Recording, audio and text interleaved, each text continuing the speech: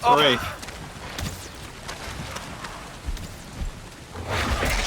Oh! Oh my god, I've never seen this before. Skip. You get the boat running. Get the motor on. Yep. All right. David!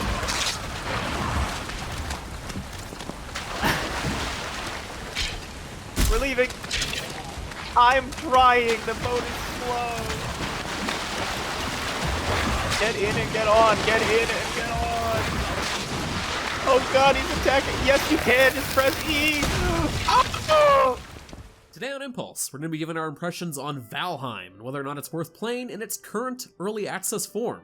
As always, I'm joined by Justin Moore. Hello there. Now, since released, and last I checked since this recording, Valheim has sold over 4 million copies on Steam and has quickly become the biggest surprise so far of 2021 in terms of just general releases and indie games. And I think there's a lot of reasons behind those crazy numbers, so, let's keep this simple and first go over what Valheim exactly is, and then from there, we'll go over our lights and dislikes. For the most part, the general, background and lore is that Valheim is a fictional 10th Norse world where Odin is basically tasked you with cleaning it up, basically. He's like, hey, you know what? This realm is just full of some bullshit. You need to go there and fix that. Yeah, it's like most of these sort of survival games, it's a procedurally generated open world. It's got RPG elements. You chop down more trees, you get better ability to chop down the next tree, right? It's got crafting, all sort of the staples of that sort of genre. Yeah, and of course it features, online co-op for up to 10 players. And unlike games like Rust and Ark, it's primarily a PvE focused thing. Like PvP is purely optional. You can toggle it on or off. Yeah, it's a little toggle. And it has goals. It has a set of things to do. It's not like when Minecraft kind of first released and survival mode was sort of this aimless thing. The main goal of Valheim, as I explained earlier with the lore of it, is to clean up, the realm. And to do that, there's, at the moment anyways, 5 unique bosses that appear in 5 unique biomes. These biomes include meadows, black forests, swamps, mountains, and plains. You find better resources, the better biomes you explore, and thus continue to grow stronger. That's kind of like the general gist of the progression. However, there's also, as just said, RPG elements in the form of skills that you kind of level up depending on what you're doing.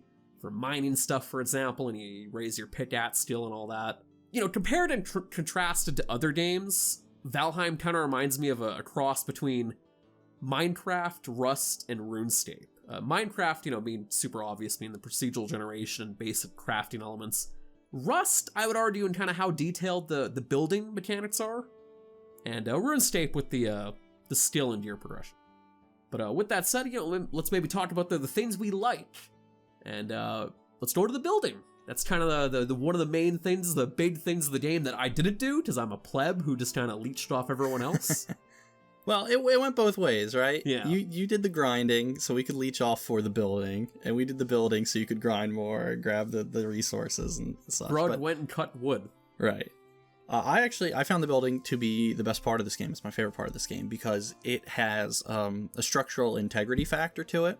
So you can't just build 15 walls straight into the air. They'll break after a good couple. I don't know what the exact number is, but you can see where the stresses are and whatnot. So you actually have to do some actual engineering where you have to frame out the house with supports and then fill the walls in and then put the roofs on top. And roofs are actually really important because things can get water damage too that aren't roofs. So your walls can get water damaged if it's just exposed and then be weak to, enemies can attack it and break it. So I thought it was really neat that you actually have to worry about the structural stresses of building. And on top of that, there's smoke from your fireplaces and your campfires and other such things, your food cookers, that you need to worry about. So you need to factor in ventilation or else you'll die. So again, I thought it was really cool, these sort of more realistic twinges on the survival building genre. Yeah, a lot of neat little details. On my first day, total, I've put in over 50 hours so far into the game. But on my first day, I put in over 11 hours. So I think it's safe to say the game does a very good job of getting its hooks in you. And I think that's one of the reasons why it's sold so many copies and why it's so successful on Twitch, and it's doing as well as it is. And I think a lot of that is based in that progression. I think the progression in Valheim is handled very well, from, you know, starting off and simply chopping down trees and stuff like that. Like, when I first started early on, I distinctly even remember messaging you, being like, yeah, it's one of these games, I'm chopping down trees, and I remember sending you like 3 screenshots. Here's me chopping down a tree, here's me building a thing. And at first, I thought I would hate this, because I'll admit I was a little bit burnt out on survival stuff. We've played a lot of these. Yeah, played quite a few of these, and so immediately, like, a bunch of red flags went off my head. I was like, oh, is it just this again? But once you get past that, I think that little hurdle of, you know, that very early grind of, you know, getting materials basically to build a base. Once you start exploring, I think that's when it really gets its hooks into you. Like, when you get tools, weapons, and armors, then, you know, start taking on that first boss, and then you start exploring new biomes and even finding stuff like dungeons in the form of burial chambers, troll caves, and so forth.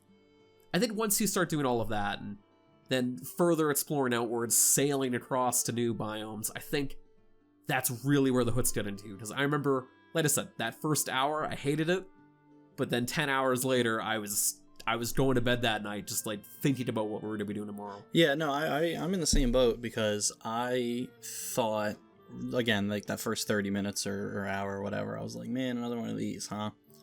But then once we started, like, progressing towards that first boss, and we fought the first boss, I was like, oh, this is actually really kind of neat. Like, I like the idea of having those end goal bosses to work towards. I guess it's like Terraria in that regard, but I have not played a ton of Terraria, but I know that's what a lot of people liked about that game, is there's, like, actual end goals and, like, set objectives, and this is the same in that manner. Yeah, and I think the other factor is too is just how polished it is for a brand new, like, early access game anyways, compared to a lot of, you know, other early access titles. It's incredibly polished. Like, there are very few bugs. I never had the game crash on me once throughout my entire 50+ hours with the game. And there is so little jank. There's some jank, you know, we'll get to that, but it's incredibly minor stuff. At the very least, it's an early access game that feels like there's a full game here, right? You've clocked in 50 hours so far, and that's obviously spread all across a couple different servers and your solo game. But, like, you didn't beat the game yet even, right? So... No, yeah, definitely. Like, I've only ever gotten to the third boss fight so far. So, like, the majority of it, but, like, there's a whole game here with an end progression. I know they'll be adding more stuff at some point, but as it stands right now, it's miles ahead of where a lot of these early access survival games start. Yeah, it's really feature-rich and polished. And I think probably my next favorite thing about the game is just the aesthetics of it. I love just kind of that low-poly look. It's sort of this, like, blend of low-poly textures and character models mixed in with kind of, like, modern stuff, like modern draw distances, and just how much of it's on screen in terms of just, like, you know, bushes and all that, trees and all that, like a lot of stuff on screen, huge draw distances, great lighting, and all kinds of other effects. It looks really good and really unique, in my opinion. No, yeah, I completely agree.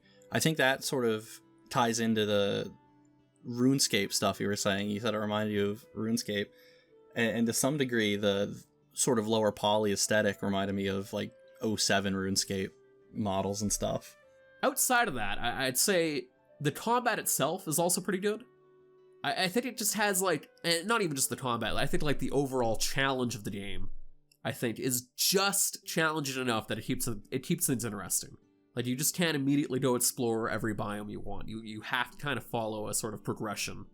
And you'll realize right away, like, the meadows are the very, very early starting area, the Black Forest kind of the step above that, and the swamps, and then the mountains and the plains. That's kind of being the end game. And I like that sense of kind of progressing in that sense as well, just the challenge and then overcoming that challenge and it getting easier through, you know, getting better gear and better food and all that. Yeah, no, I agree. I think it's cool that the combat in this game has a bit more to it than a lot of these survival games, and that there's multiple weapons that do different types of damage, and that sort of, you know, slashing or burn or damage does different multipliers on different enemies, right? Like, a slime might get hurt by fire more so than a normal arrow, and that's just got a bit more to it than your Minecrafts of the world. Yeah, and even using, like, a blunt weapon on skeletons, stuff like that. It's neat that, like, You have different weapon types that do different types of weapon damage, elemental stuff, poison, burning, stuff like that. It's neat. And finally, the music. I really love the music in this game. A lot of survival games, I find myself eventually getting kind of sick of the music and muting it altogether. Art did that for me. I've muted it in Rust. Even like the Minecraft piano stuff. I remember distinctly at some point I had to turn that down after a while. Yeah, I don't think I ever turned the music down fully. Because normally in these survival games, I'll turn the music off at some point and just get into a grind with a podcast or a Spotify playlist or something. But I don't think I actually ended up doing that here, so that's something. But with that said, let's talk about the stuff we don't like. First up, for me, and this is minor because you can toggle it and turn it off just like the music if you get bored of it. The depth of field. I think the depth of field effect is nice when you're not really paying attention to it too much. I think it adds to that kind of dreamlike quality and high fantasy tone of the game, but at the same time, I think it's a bit too strong for my personal liking.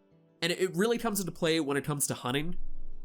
Hunting at night with that depth of field effect, as strong as it is, makes like tracking or finding deer near impossible. So as much as I like the look of it, I had to turn it off just to even like kill deer, and then I never once turned it back on. So yeah, I think it looks nice for screenshots, but in actual gameplay, right, we're already dealing with low poly models for the most part.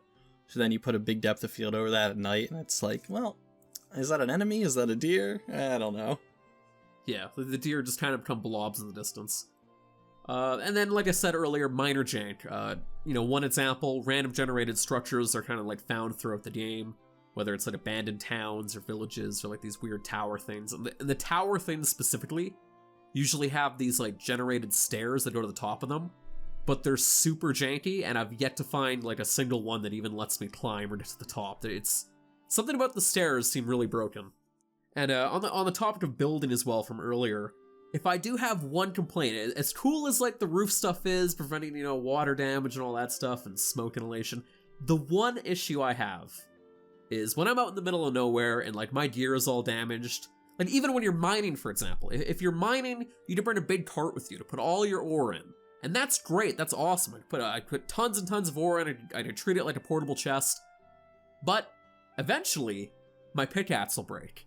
And in order to repair my pickaxe, I need to go back to my workbench. And if you want to put one down, you still need to put a roof over it. And I don't, like, maybe there's some sort of like balancing thing that I'm not aware of or something. Maybe there's a weird meta to things like that. But I just wish I could put down a workbench and it just works and I can just start using it. Because right now in the game, you pretty much, if you want to put down a workbench and use it, you need to have a roof over it. So that involves then putting down a workbench, chopping down a tree, and then like building a wall and putting like a half roof over it so you can use it. And it's just that like that extra teeny bit of work that makes it super annoying in my opinion to repair stuff. Right. I guess I'll become the heel and everyone will hate me here. All right. Oh boy. So I found the early progression of the game, as I said, like really engaging. I really liked that first and that second boss. But as we went on, I started to get a little annoyed with it. Perhaps it was just sort of our terrible world generation, but like iron in particular, it felt like it became a bit of a slog because we sailed to like 3 or 4 separate swamps just to find barely enough for like the 2 of us to make some iron gear, right? Yeah.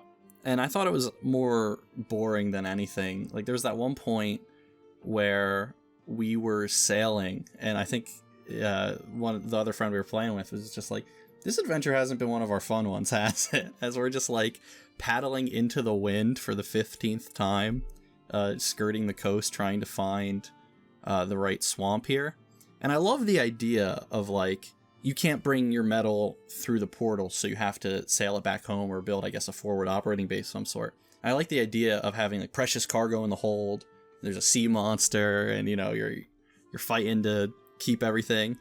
But most of the time, it was just us paddling because the wind is facing the wrong direction, and we're just trying to get home. Or finding a swamp that's too small and has like nothing in it. Like we got some really bad luck with our world seed. Where like all the swamps we found were super tiny and had nothing in them. So we were just constantly looking for swamps. And then meanwhile, in my other friends' world and seed, they had just this giant, massive swamp. Like, right after we beat the second boss, we found out where the third one was. We went there, and it was a huge swamp with like 4 or 5 crypts, and they loaded up on iron. And I was very salty after having explored a ton in our world and finding jack shit. At most, we had 2 crypts in 1 swamp. That was the most we ever got. That experience kind of burnt me a bit on the grind of the game. Not that the grind is the worst. There are survival games that have much larger grinds. But, you know, there's a lot that have less grinds. So I guess it kind of depends on what you like in your survival game. If you like grinding a lot, hopefully it hits the right balance. If you don't, it might not. So, you know. For context, like, the other group of friends I'm playing with, they started, like, roughly, like, a week after we did. And because of the fact that they found the swamp they found, they caught up to us in no time. So it really, like, one of the issues that, you know, Justin has with the grind is the fact that it could be super easy on one instance, like on this world, or in our instance, we're sailing for literal, like, not even like in-game days on end, trying to find materials to progress. Yeah, our generation was pretty terrible. that last swamp we had, you know, the only, in quotes, good swamp, it wasn't even that good, it was surrounded by 2 biomes that were the next level up. No, 2 levels up. They were 2 levels up, right, yeah. Exactly. We were not supposed to be going through those. No, it was pretty bad. I was eating food, you death skeeto bitch! Someone help! No one can save you now. He was right behind me! But I just kind of wrap things up and put a little pretty bow on it. I think if you aren't a fan of survival/crafting games, Valheim isn't going to win you over.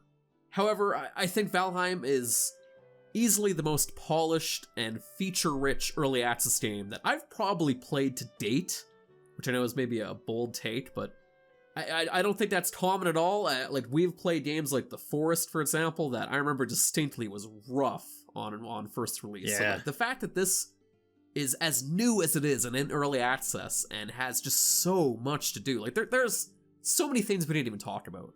Like, finding this, like, weird giant rock out in the ocean, going on it and realizing it's some sort of giant turtle thing that, like, goes under the waves if you try and farm its back or whatever. Just weird, neat little things like that. To trying to get the boat away from sea monsters. Like, there are tons of little adventures that you go on in this game. Yeah, it's a survival game that has a couple unique twists, but it doesn't shake up the formula a ton. Like you said, if you're not already into it, you're not going to be into it. But if you do like survival games, I think there's a solid chance you like this. Plus, they're going to add lots of content down. They're going to add lots of content down the road here. Biomes, enemies, bosses, that kind of stuff. I believe they said there's a building update coming, which, while I love the building, one of the only problems I had with it was that there wasn't, like, enough variety or, like, decorative things you could do to really make a personalized build, but they said they are adding a big home making update soon. There's also going to be new biomes. I think they've already said they plan on releasing a new biome at least this year, which I'd imagine would also include a boss.